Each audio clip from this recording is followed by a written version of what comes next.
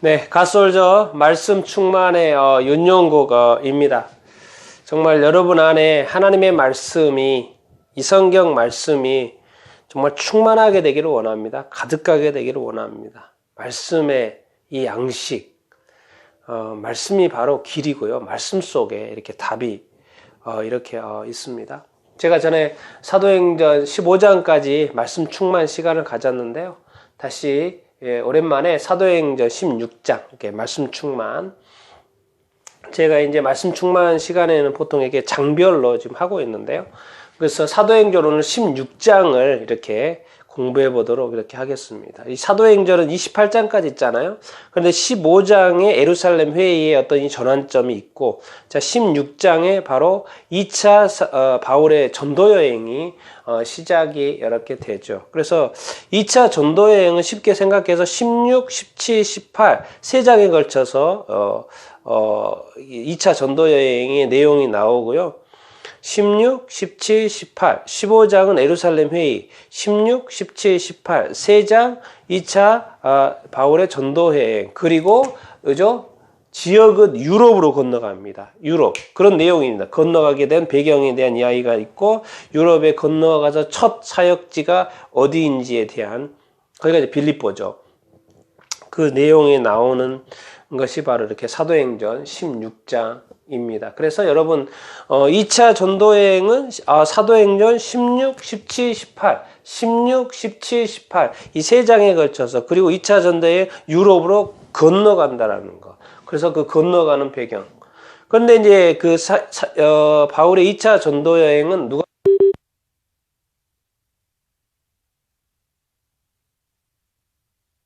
복음을 실제로 쓰고 있는 누구죠? 누가도 같이 가는 거겠죠. 예, 누가도 같이 가겠죠. 예, 실라랑 같이 가고, 같이 누가도 같이 가는 거겠죠. 표현은 근데 바울과 실라 이렇게 이제 나오는기 때문에.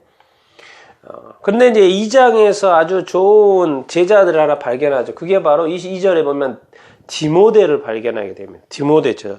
우리 알다시피 성경에서 디모데가 얼마나 중요한, 사도 바울 선교 여행에 있어서 얼마나 중요한 역할을 합니까? 유럽에 건너가서도 교회 간의 어떤 편지 전달, 어떤 교회의 어떤 확인, 그리고 디모데가 나중에 에베소 교회의 리더 역할을 이렇게 하고, 또 실제로 디모데 전후서 바울이 편지를 쓸 정도로 얼마나 이렇게 젊지만 하나님의 이 바울 동역에 큰 역할을 했던 이 디모데를 2차 전도 여행 때 이렇게 확인을 이렇게 만나게 되는 것이죠. 그런데 이제 디모데는 할례를 행했습니다. 왜냐하면 아버지가 헬라인이었거든요. 어머니는 유대 믿는 어머니였는데, 유대인이면서 믿는 유대인이었는데, 할례를 왜 아버지가 헬라인이기 때문에 그 지역에, 주변에 있는 지역에서 디모데에서 알지 않겠습니까? 아버지에 대해서도 그렇고. 그렇기 때문에 할례를 행했다. 디모데 아버지가 헬라인이기 때문에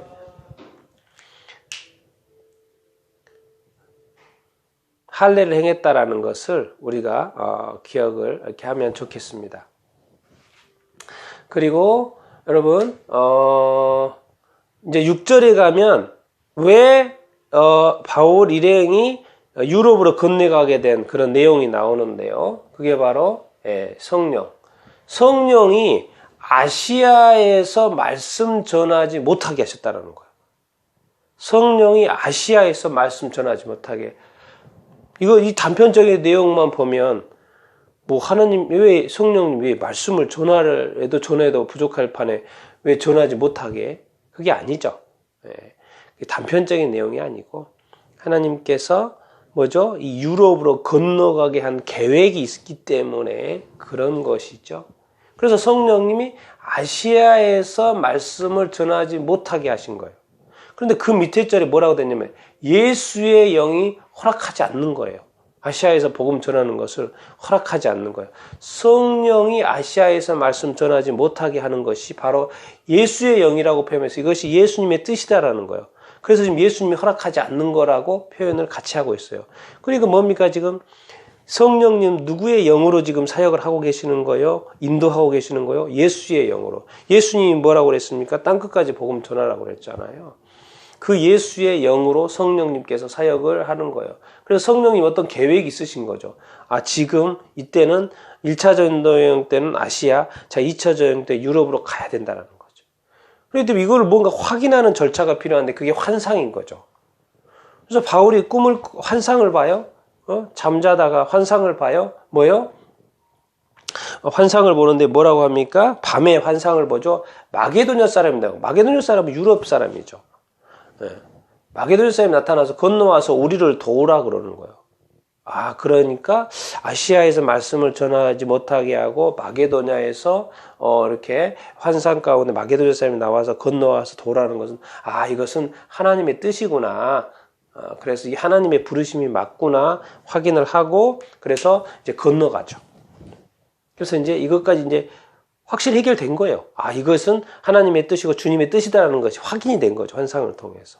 그래서 거침없이 그냥 지체 없이 건너갑니다. 그래서 처음 갔더니 이제 빌립보, 이 마게도냐의 첫 성. 그런데 거기에는 성경의 표현으로 하면 로마의 식민지. 첫 성 빌립보에 이제 가게 되는 것이죠. 근데 빌립보에 갔더니 회당이 없어요. 회당이 없어서 유대인이 별로 없었고 그래서 회당이 없는 거예요. 그러다 보니까 이제 기도할 장소를 찾는 것이죠. 그래서 기도할 장소를 찾으러 이제 강가에 갔더니 여러 여인들이 있었고 그 여인들이 많이 모여 있는 장소에서 복음을 전했죠. 그런데 거기에 자색 옷감 두아디라시에 있는 두아디라는 요한계시록의 7 교회 중 그러니까 소아시아에 있는 교회라는 걸 알 수 있죠.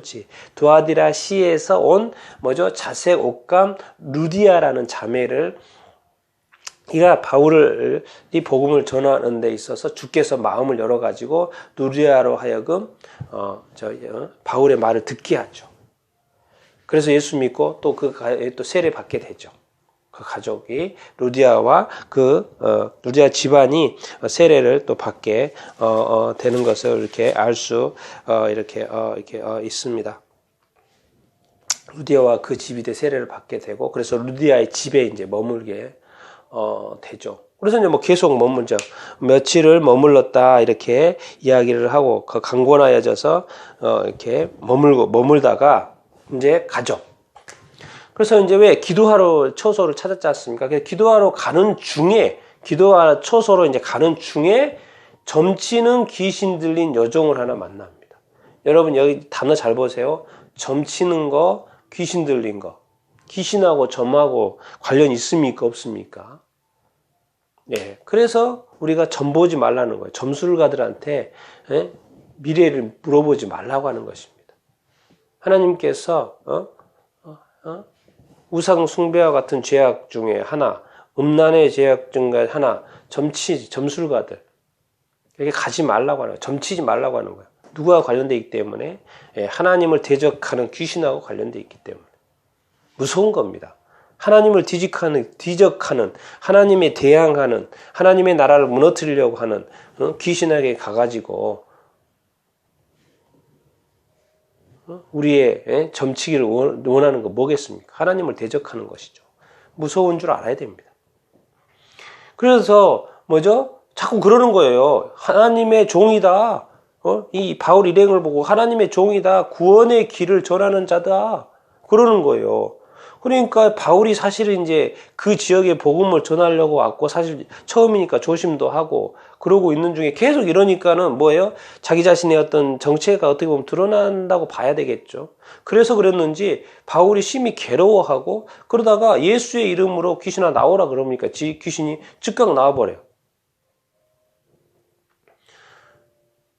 그래서 이제 문제가 되는 게 뭐냐면 이게 여종이라 그랬잖아요. 여종의 주인들이 있을 거 아니에요. 여종의 주인이 맞아요. 왜냐 귀신이 들려가지고 점을 쳤는데 어떻게 사람이 점치는 건 거짓이죠. 왜? 어떻게 사람이 사람 속도 한 길 앞속 앞에 길도 모르는데 어떻게 알겠습니까? 그나마 귀신이 미래를 영적인 존재라서 점쳤는데 귀신 나가버렸으니까 여종은 그냥 사람이 돼버린 거죠. 그러니까 주인들이 이 이익이 자기 자신의 어떻게 보면은 이익이 나오는 것이 안 되잖아요. 장사가 안 되잖아요. 장사가. 돈이 안 벌리잖아요. 그러니까 고발을 하게 되고. 그래서 이제 여기 보니까 상관들한테 찾아가서 고발을 이렇게 하고. 그러니까 또 매를 딱 맞고 바울 일행이 매를 맞죠. 말을 맞고 깊은 감옥에 가두어집니다. 깊은 가둬. 근데 우리가 감사하게도 바울과 실라가 한밤중에 그 캄캄한 감옥에서 뭐 합니까? 기도하고 찬송합니다. 그 한밤중에 착고에 차여서 기도하고 찬송해요. 기도하고 찬송이 사실 나옵니까? 지금 매도 맞았고 아프기도 하고 캄캄하고 슬프죠? 고통스럽죠? 그런데 마음만은 하나님을 찬송하고 기도하는 마음이 있는 거예요. 그러니까 입으로 그냥 터져 나오는 거예요. 그곳에서도 기도와 찬송이. 여러분, 우리의 가정의 형편, 자녀들, 또 우리 나라도 그렇고, 어떤 상황, 어려움 속에 회사도 그렇고, 어떤 상황 속에 어려울 때 있습니다. 그럼 상황이 어려운 거지. 여러분의 마음은 기도할 수 있어야 되고 찬송할 수 있어야 됩니다. 상황이 어려워진 거지 하나님이 어려워진 게 아니고요. 하나님이 멀리 떠난 게 아니고 하나님이 우리를 지켜보지 않는 게 아니죠. 그런 것이 바로 믿음이라는 거예요. 마음은 흔들리지 말아야 합니다. 상황에 보고 상황에 영향받지 말라는 거예요. 상황은 분석하고 이렇게 보는 것이지 마음까지 빼앗기지 말라는 거예요. 기도하고 찬송했더니 큰 지진이 일어납니다. 큰 지진은 누가 일으키겠습니까? 그 찬송을 받으신 하나님이 하신 거 아니겠습니까? 바울이 지진을 일으킨 게 아니죠. 큰 지진을 하나님이 일으키고 그래서 옥문들이 다 열려버립니다. 그러니까 간수가 놀래가지고 왜 이제 제수가 도망가면 자기가 책임을 자기가 죽어야 되니까 자기가 자결을 하려고 하죠. 그래서 바울이 죽지 말라고 그러고 우리 여기 있다 그러고 그러면서 어떻게 구원 받을 수 있습니까? 그러니까 이제 너무나도 유명한 구절. 주 예수를 믿으라 그리하면 너와 내 집이 구원을 받으리라. 주 예수를 믿으라 너와 내 집이 구원을 받으리라. 구원에 대한 어떻게 구원 받느냐라는 질문을 던졌기 때문에 대답을 해준 거죠. 예수 믿어라. 유럽에 처음에 예수 믿으라는 말이 전파된 겁니다. 예수가 도대체 누구야? 그 예수 믿으면 바울이 들고 간 복음의 내용이 바로 예수 그리스도인 거죠. 예수 믿으라. 그래야지 구원받는다. 그랬더니 그 온 가족이 믿고 세례를 받습니다. 그리고 바울은 또 이제 감옥에서 나오게 이렇게 되죠. 이게 바로 이 바울의 첫 번째 2차 전도여의 내용입니다. 첫 번째 전도여행 뭡니까? 바울이 일행이 유럽으로 건너가게 된 배경에 대한 이야기. 그것은 성령의 지시가 있었다라는 것. 환상을 통해서. 그리고 첫 성이 어디였습니까? 빌립보였다라는 거죠. 빌립보. 빌립보는 그래서 유럽 쪽에 있구나. 유럽의 마게도냐의 첫 성이구나. 빌립보에서 이 점치는 귀신 때문에 감옥에 갇히게 되었지만은 하나님께서 기도와 찬송할 때 큰 지진과 옥문이 열리게 해서 또 간수 집안이 예수 믿게 되고 사실 그 전에는 어디 루디아의 어떤 집안이 또 예수 믿게 되고 그래서 복음이 계속 이렇게 확장되는 것을 이렇게 보게 됩니다. 그래서 우리가 어떤 일에 할 때 이 성령의 지시함을 받는 것, 예수의 영의 인도함을 받는 게 중요하죠. 그것을 위해서 우리가 기도해야 되겠고 또 말씀하실 때 우리가 순종할 수 있어야 되고 그리고 할 바를 알지 못할 때 나아가면 또 인도하심이 있고 예배하신 사람이 있고 루디아처럼 예배하신 사람이 있다라는 것. 그리고 우리가 가더라도 다 행복할 거라고는 생각하지 마십시오. 다 잘 될 거라고 생각하지 마십시오. 이런 복음을 전하다 보면 어려운 일들이 이렇게 생길 것입니다. 그러나 그 어둠 속에서도 어려움 속에서도 고난 속에서도 기도하고 찬송할 때 하나님께서 역사하십니다. 들으시고 역사하시는 거죠. 큰 지진으로 역사하시는 것이죠. 또 그렇다고 그렇게 해서 또 사람이 구원받는 일의 역사. 정말 이 하나님의 이 역사, 바울 일행을 통해서 하는 2차 전도 여행의 첫 이 사도행전 16장. 여러분 기억하시고 우리 삶 가운데 이 사도행전의 16장과 같은 이 선교의 역사, 구원의 역사가 또 여러분들을 통해서도 있게 되기를 바랍니다.